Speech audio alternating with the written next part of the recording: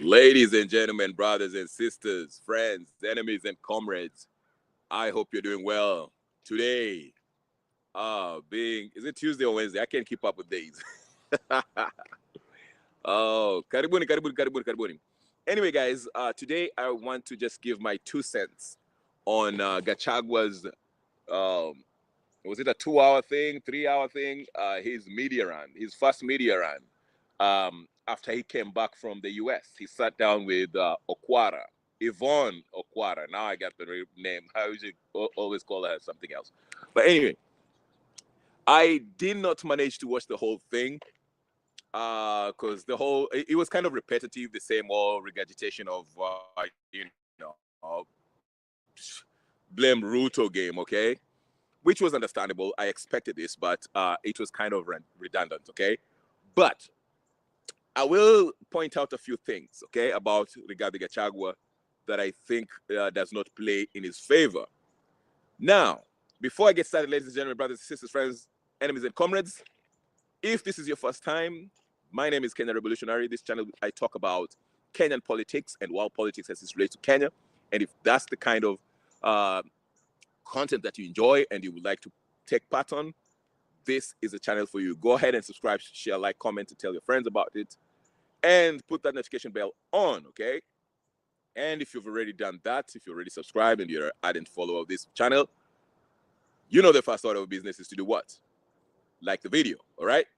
So, as you can see the topic here today, and I won't take much of your time today because I have a lot of things to do. So I will try to be as pithy as possible or give my succinct opinion on this. Opinion on what? Opinion on the interview former president of Kenya, former deputy president of Kenya, Rigathi Gachagua, that had with Yvonne Okwara on Citizen TV last night, okay? So as you can see, the topic is Rigathi Gachagua lacks media training. Yes, Rigathi Gachagua, it was, for the most part, I went to the social media just to see people's reaction, just to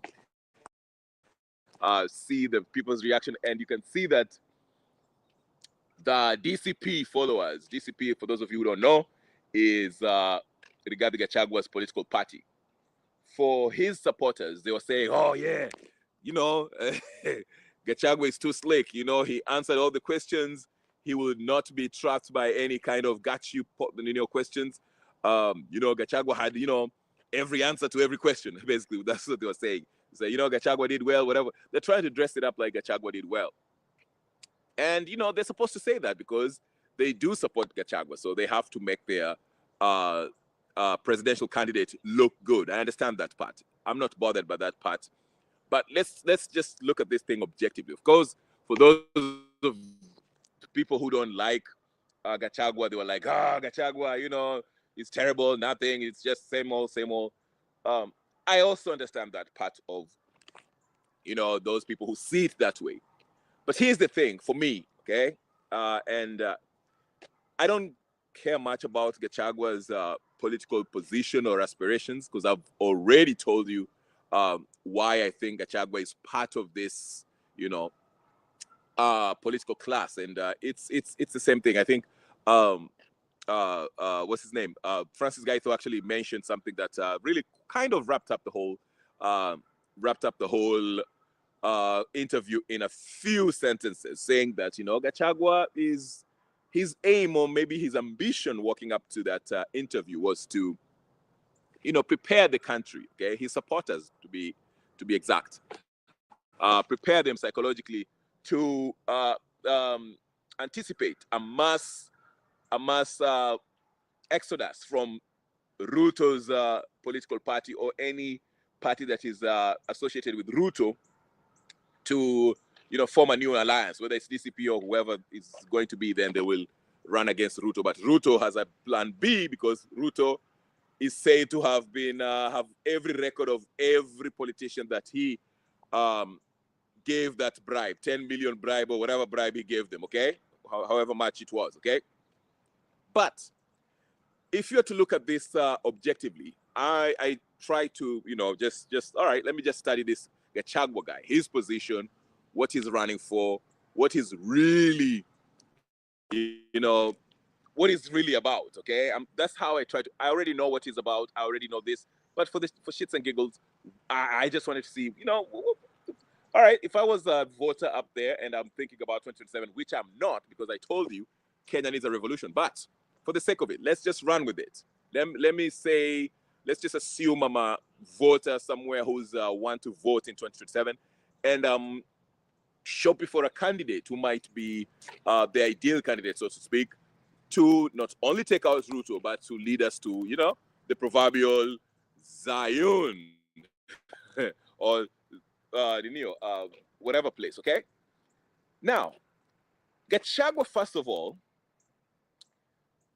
the reason why I say Rigathi Gachagua lacks media training is that, number one, Gachagua cannot hold his horses. He cannot contain himself, okay, during the interview. He keeps on interrupting the interviewer, okay, Yvonne. Like he could barely just contain himself. That's number one. When Okwara was really digging into his, pronouncements that he made about the president, allegations, whatever the case is, he kind of was interrupting Yvonne. That's number one, the interruption part of it. Number two, his demeanor, the way he communicates, the nonverbal cues from Gachagua. He seemed rattled, okay? Simple questions. I mean, it was to a point, several times. I watched part one of it, and partly of part two, I couldn't finish it because, like I said, I kind of got the shtick, okay? It was all about blame Ruto, Ruto. And it becomes boring, okay? Again, all right, so number one, Gachagua could not contain himself. Number two, his nonverbal cues, communication, was very poor, okay?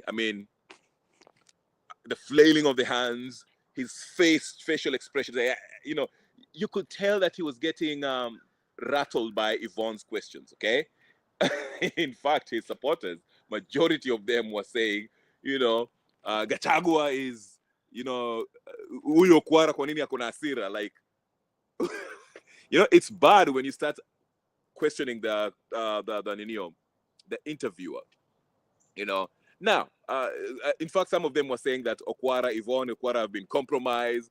She's working for Ruto. It's like she took up talking points or questions from the State House. Okay, we get it. It's Githeri media. All right, it's Githeri media. But to me, I think majority of the questions that Yvonne was asking were basic questions that anyone would ask. There was nothing really complicated about those questions. It was a straightforward question, nothing tricky about it. And Gachagua was struggling. Like I say, his nonverbal communication, his body language, he seemed to be somebody who was rattled by those questions, okay? Number three, Gachagua is not, I hate to use this term, but I will use it.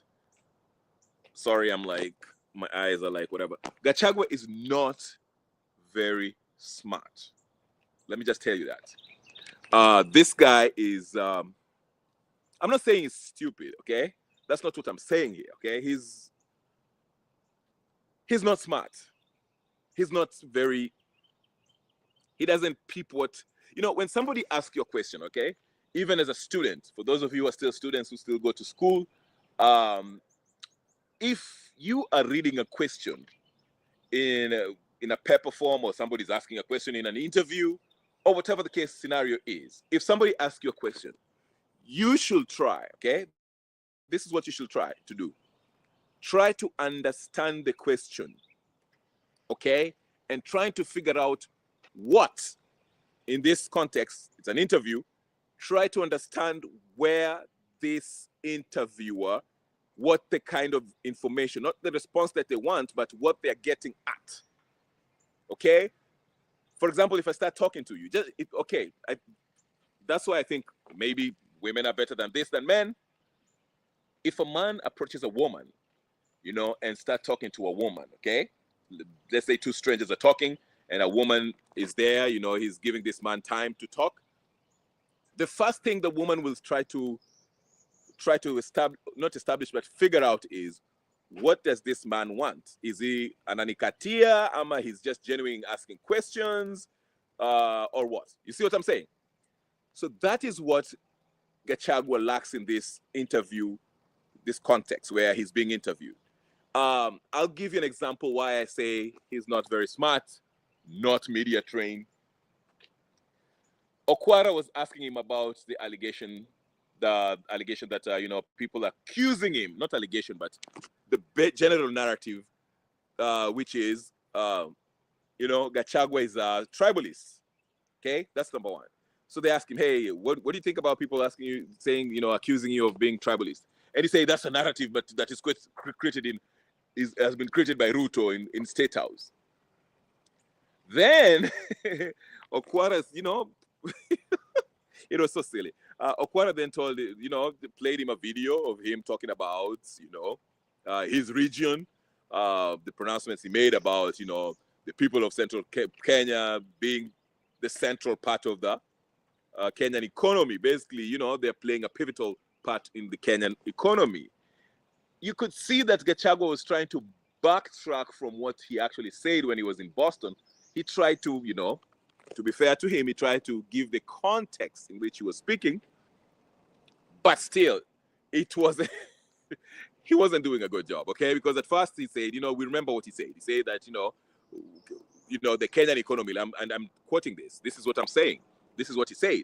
Gachagua said, the people of Mount Kenya are businessmen, and the Kenyan economy cannot grow without the businessmen. The Mulima people's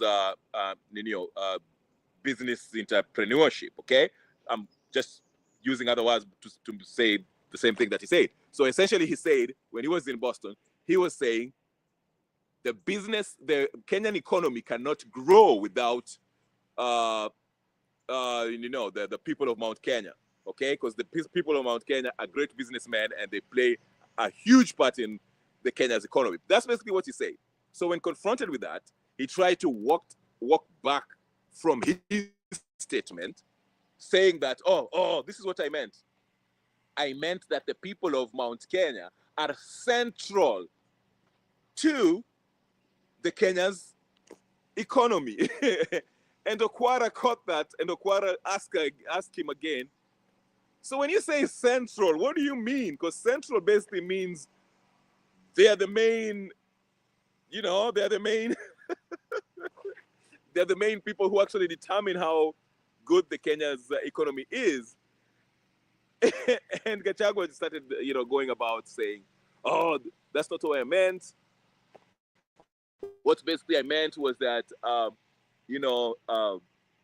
people of Mount Kenya are great entrepreneurs. You can go to every part of the country. You can go to Garissa, you can go to Lamu, you can go to Mombasa, and you'll find them. Basically, he didn't explain himself. He could not walk back from what he actually already said. He had already dug a deep enough hole which he could not come out of, okay? And Okwara caught him on that. Then there was other examples that I can give when you were talking about the shareholding part, okay? Which is still connected to this tribalism talk that they were accusing him of, okay? Because they asked him, Okwara was like, okay, so what did you mean when you talked about, shareholding, saying, because, Gachagua's whole complaint was this, that, when I helped President Ruto come to power, we made certain demands. And part of the demands was that we were going to, I negotiated for like 8 positions in the cabinet, okay? And again, as you know, the Constitution gives 22 slots for the cabinet, cabinet ministry, whatever the case is, all right? Cabinet secretaries, all right? The positions. So here he comes out and say that when we won, okay, we had a agreement with Ruto that, once we win, I negotiated for 8 positions, okay, that people from Mount Kenya should get 8 CS positions, okay? Then Okwara asked again a simple question. He was like, all right, so does that mean that what about the others? I mean, if you are going to negotiate for 8th position for your people from Mount Kenya, where does that leave others? And he said, instead of, at first his response was, oh, first of all, I'm against this discriminatory way of, appointing CSS, number one. But then Quara asked him, but you're negotiating for 8 positions for a CS seats, okay? Isn't that discriminatory? Then he goes on and say, even Raila, you saw Raila, Raila and his folks, he managed to bring his folks to have 4 CS positions, which was so funny. And I mean, the basic thing he was saying when he was caught, when he was basically cornered in his Ninio, he kept on pointing a finger to, it's like a little child when he's caught doing something wrong or saying something wrong, instead of being accountable for what they did or said, he'll point a finger to, oh, you know what, that kid also does it, so I also do it. It was that kind of position that he was taking, which was kind of embarrassing. It was silly. In fact, I think Okwara made us mince meat out of Gachagua. It was almost as if Okwara really, I don't want to use exposed, but he made Gachagua look silly to some extent. Okay, it was bad because this guy, he needs to be trained. He needs somebody to sit him down and tell him, hey, listen, if you're going to face these questions like this is how you should answer. Take responsibility and explain yourself in a manner that, yes, just confirm. And the saddest part of this is when he was caught, he kept on saying, oh, but that's how we conduct our politics in Kenya. Which is fine, which is okay. That's how we conduct our politics in Kenya. But the problem is this. We want to change that. That is what the Wananchi want to change. So it's not that that's the way we conduct our politics, but that is the very system of politicking that we are trying to overhaul. We are trying to conduct our politics differently. It's not about shareholding. Everyone should have a seat at the table. Everyone should have an equal opportunity. We should have an equitable society where it's not about shareholding, regardless of who wins the seat, okay? So, and he gave an example, oh, this is done world over. People make deals that when you win the elections, so-and-so gets this. And there was this question of meritocracy, which, again, Gachagua looks so, this guy was downright terrible, okay? His explanation, because he was contradicting himself. And Okwara was just running circles over him with the questions that he was asked, because he will talk about, oh, I believe in a meritocratic society. I believe in, equitable society. Then Okwara will just play a video of him just contradicting whatever he was saying.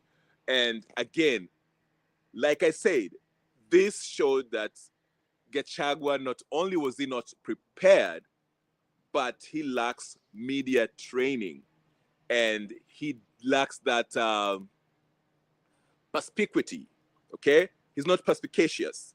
What I mean is, that's a $2 word that means he cannot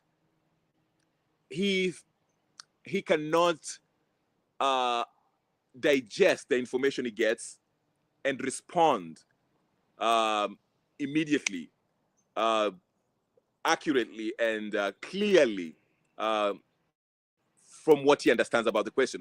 He should understood what the gist of the premise of the question is, okay?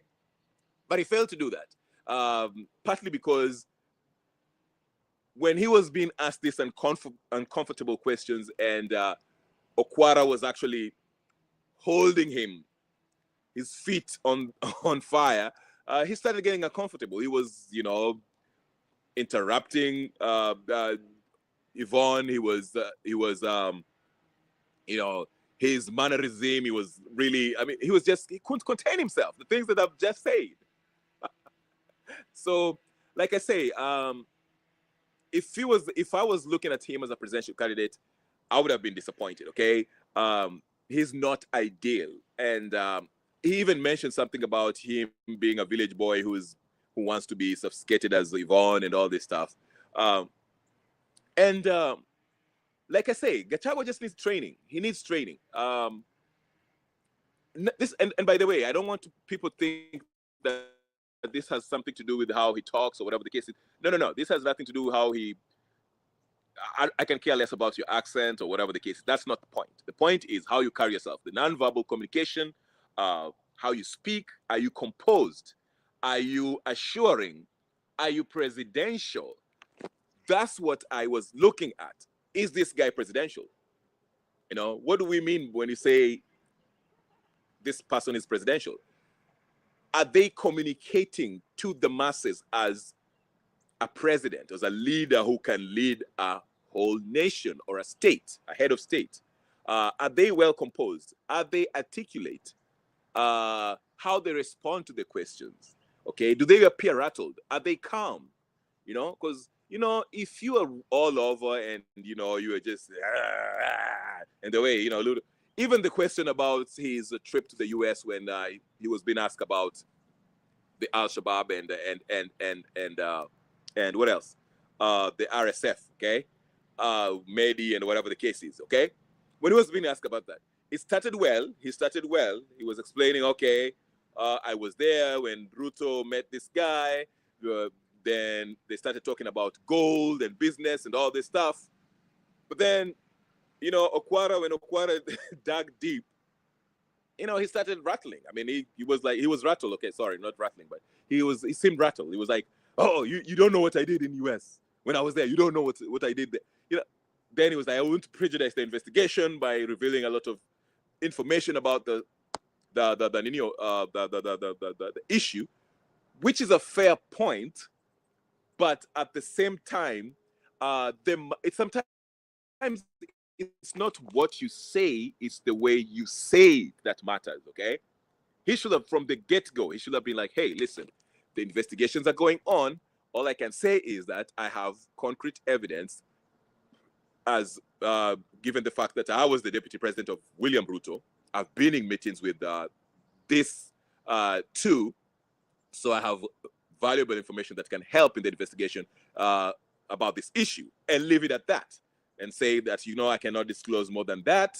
When the time comes, if the DCI or the Senate, U.S. Senate approaches me and they want some more information on that issue, I will oblige. I will be more than happy to help with the investigation, and leave it at that. That will have avoided the whole rustle-tussle with Yvonne Okwara. Okay. So that's what I was saying. But again, like I said, Rigathi Gachagua lacks media training. Not only that, he's not presidential. He's not composed.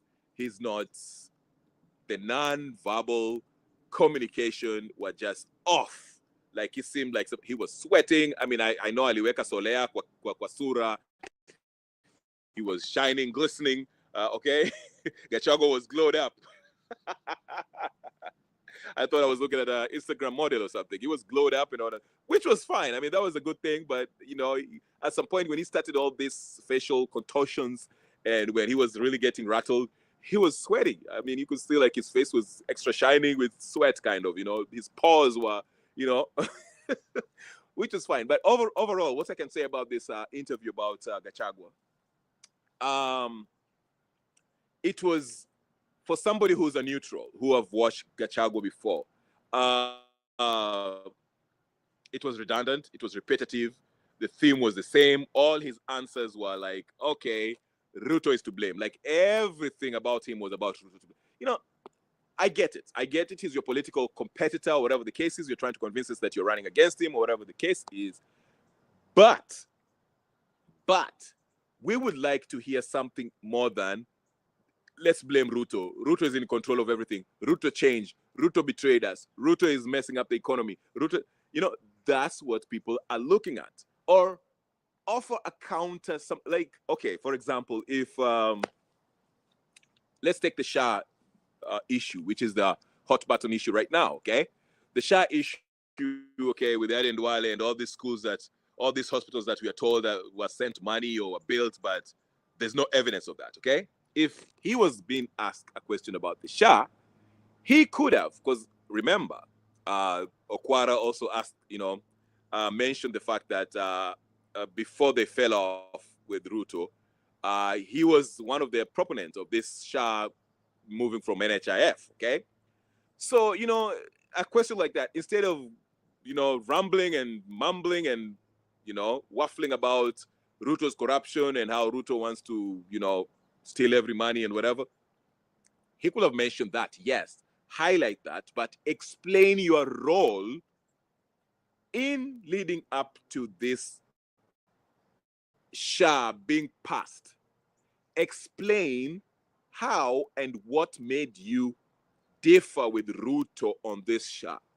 Explain what you would like to change about this Shah, okay, to improve the millions of Kenyans' lives. What is your plan? Instead of sitting there and say, look, the corruption has been happening, it's happening, they're stealing, or it was supposed to take 800,000, but they switch it up to like 104 billion Kenyan shillings and all this stuff. You see what I'm saying? He's regurgitating the same things we've been reading about on the standard media, Citizen, whatever the case is, instead of like taking that opportunity to express and explain to the nation what he could have done better. He would have stood there and say, okay, my role as the deputy president while I was still there was this. This is what I thought the Shah was all about. This is what I proposed. This is what I discussed with President Ruto. Then at some point when we didn't see eye to eye, I left office, and this is my plan for healthcare for Kenyans, okay? This is what I intend to do in the future as we run, if I'm privileged to become the president of Kenya, okay, I will do A, B, that thing. We shall make sure that they are prosecuted. Something along those lines, okay? It will have been simple, so that people can see the difference between what you are offering, okay? Okay, given the fact that you are a deputy president, because we are still looking at you as the part of the problem because you are part of that administration that pushed for this Shah. So you have to explain your position and how you walk people through how you came about and your departure from this thought of implementing Shah to now that you want to convince us, tell us, walk us through how you're going to implement this system of healthcare that will work for every Kenyan and not only people of Mount Kenya. Okay, so that's what he missed that opportunity. So it all became F. Ruto's party. Okay, every question was all about blame Ruto, blame Ruto. Ruto became a whatever. He changed. He used to come to my house. He used to drink tea from 6 a.m. to 6 p.m. He used to do this. He used to do that. I mean, you get tired of it. Even if as a viewer, at some point you're like, all right, I already know the answer to the next question. It's going to be Ruto did this, Ruto did that, Ruto did this. That's what I'm saying. You have to be more creative than that, Rigathi Gachagua. And I'm not your political advisor. I'm just giving you free and unsolicited advice to you next time you have this 3-hour, 2-hour, whatever they are, sit down with Okwara, or I know the next one will be with Sam Gatuku, whatever his name is. Or that, what's his name? That Somali guy, I forgot his name, Mohammed something, all right? So that's basically what I'm saying, all in all, like I say, I'm trying to keep this to 30 minutes. What I'm trying to say is this. Very soon, I mentioned in my previous videos that, this is what Gachagua will keep on doing. He will make these media rounds and continue with all these outlandish claims about what happened while he was deputy president. The unbelievable things that Ruto did. Okay, he will keep on coming with these new outlandish allegations about Ruto. That's his thing, but he has to be more creative than that. I know he's doing that in order to stay relevant in the political arena. but there's ways to do it. I know he wants to keep on with this. I know next week it's going to be him sitting down with another, radio station or whatever the case is, and then he will mix it up with the political rallies and, talking about all this stuff that he was talking about.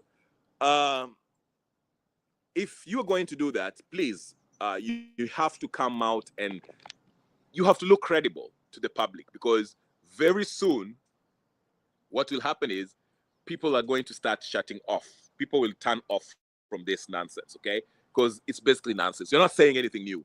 You're not offering a new solution. You're not saying anything new. You're basically saying things that we've already read about, okay? The 104 sharp thing, the MPs being given 10 billion or whatever the case is. We already know that, okay? So that's what I'm saying. You have to be, you have to start rolling out your plan, so to speak. Okay, it's okay to mention what the things that Ruto did, but you also have to tell us what are you going to do if you are privileged enough to become the head of state in Kenya. That's how you go about it, okay? But very soon, I know if you keep on, I know he wants to keep the momentum of his comeback. He wants to keep on talking about what's wrong with this country. Whatever. Ruto is self-destructing. Okay, that's number one. That's the advantage of it. But you being stuck talking about everything Ruto, you have to start talking. And another thing, just as I wrap up, when he was talking about the biggest problem in Kenya is corruption. No, it's not corruption. Okay, the biggest problem in Kenya is not corruption. The biggest problem in Kenya is lack of respect for the rule of law. Nobody respects the law. When I talk about the law, I talk about the constitution, because at that level, the politicians, these representatives that we voted for, do not respect the constitution. The president does not respect the constitution. The judges are making interpretation of the law, which are out, not in line with the constitution. So they've failed in essence, okay? But because no one is following the rule of law, okay, they know they can get away with it. They know they will not be held accountable because they cannot be held accountable by what the law says. They will not face the consequences of their illegal actions, knowing that the Constitution has been trashed and the laws thereof that are made stemming from this Constitution are not enforced. So they do these illegal activities like bribing, whatever you imagine, stealing money, looting public funds, doing all this stuff, knowing that they shall not face the consequences because the judges do not respect the rule of law. They're not going to rule according to the law. The politicians, the DCI, everybody, okay? So the system breaks down because no one wants to follow the rule of law. No one respects the Constitution. And now, in order to try to persuade the public when their names are brought about for the illegal activities that have been involved in, they use their tribe, okay, to persuade the public opinion. To be specific, the people, their community, their tribesmen and women, okay? So in the public eye, when their names have been brought about as being part of an illegal activity, the first thing they do is they use their tribe, okay, to say that they're being targeted, okay? And that's how tribalism plays a part. But in essence, the main problem is lack of the enforcement of the rule of law.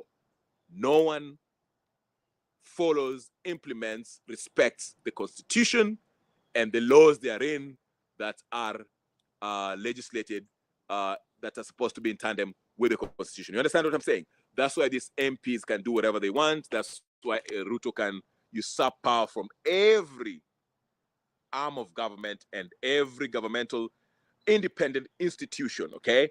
That's why he's running amok and doing whatever he wants. He's ruling like a king. So he can bribe the whole legislative body. He can bribe all the judges. He can bribe everything.